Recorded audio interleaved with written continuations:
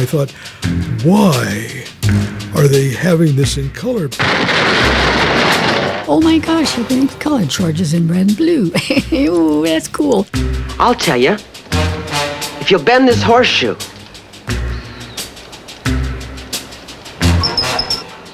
There. Wow. When you see Superman in a super moment in the color episodes, it's magic.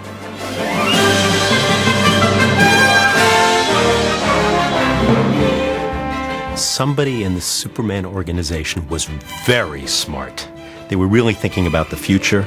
The future was color.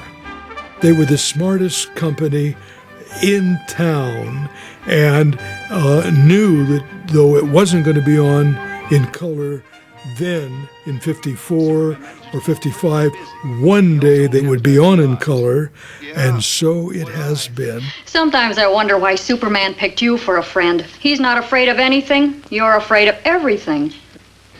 Well, Lois, perhaps that's the reason. The biggest difference that we find in season 3 is the fact that they went to color, even though they were not broadcast in color until 1965. Nobody could see them in color. They would go into a vault, be a lot more valuable later on.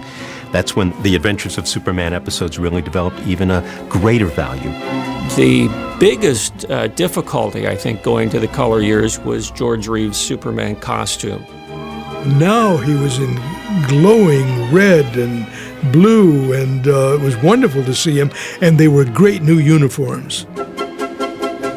Before, he basically wore shoulder pads, but this was a full torso foam rubber padding situation, which made him perspire quite profusely, which also caused skin rashes.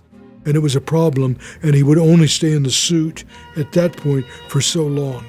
I think he probably could be in the suit maximum of a half an hour before his skin would break out. And then they'd have to go and de-suit him and let him cool off and let his skin come back to normal. Speaking of Gunner. Well, dude, how'd you get out of the hoosgow? We had to check all the wardrobe because they had to figure what would film right in color but still be able to release it in black and white. But now they had to rebuild the sets in color, and it also forced them to refilm all the special effects footage of George Reeves flying in color.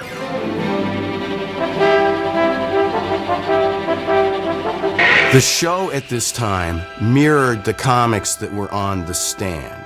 All the darkness had been taken out of it for a more comic book feel. So the writing was basically geared to 4 to 12-year-olds. hello, Bates. Hello, Superman. You don't seem very surprised to see me. Well, being a wrongdoer, I figured sooner or later you gotta catch me. What's gotta be's gotta be. Well, now that's very philosophic. As far as the writing is concerned, they're not as easy as they seem because you had an invulnerable hero. You know, you had to put somebody else in jeopardy and then find a reason why he couldn't get there in time or he didn't know about it. So it was, they were tricky to write. As the shows became more young or child-oriented, Jimmy became more of a comic character than as a juvenile in peril. Oh, I never heard of such a... Oh, dear, that Gridley. What happened, kid? Look, Miss. Miss? They really tried to push the envelope, I think, at that point in an economical way with simple stories that they could write that would have Superman frozen, or Jimmy Olsen in a dual role, or Lois Lane dreaming that she would actually marry Superman. Superman and I are going to be married. Yes, I know. Well, how do you know? Well, I just... Never mind, Lois. But I want you to know I'm just as happy about it as Superman is. My favorite, of course, was the marriage of Superman. The Ham and Me came out because I knew I was going to be in the whole thing. The Wedding of Superman is not only Noel Neill's favorite episode, but probably in the top 10 of the color episodes by the fans. It's different from the other episodes in the fact that in this one, Noel speaks directly to us at the beginning of the show. And she tells us that this is her story, And later we find out at the end that it was all a dream. You and I mean, isn't any of it true? And I shed a tear, actually, because I was kind of worked up at that time. And then I was finished, and John Hamilton came over to me, and I was so proud. He said, nice going, very nice. First time he'd ever talked to me. And he was such a great actor. I was thrilled that he flattered me. We always had wonderful plots, good heavies, and of course George was such a good actor. Does spring mean anything to you? Well, baseball? I thought so. Do you think spring means anything to Superman? I doubt if Superman has any time for baseball right now. Oh, you. The color season came off beautifully, I thought. They never treated that show as if it was just a kid's show. They treated it as if it was a credible story. You buy into a man flying through the air with superpowers, and his friends can't recognize who he is just because he takes his glasses off. Then you might as well make a good story.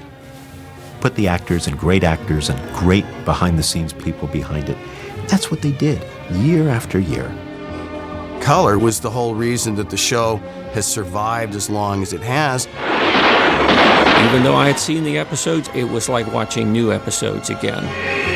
Color made the show more valuable than it would have been if it had been only shot in black and white. The new generations coming up need color. It's helped to lead to the longevity of the series today.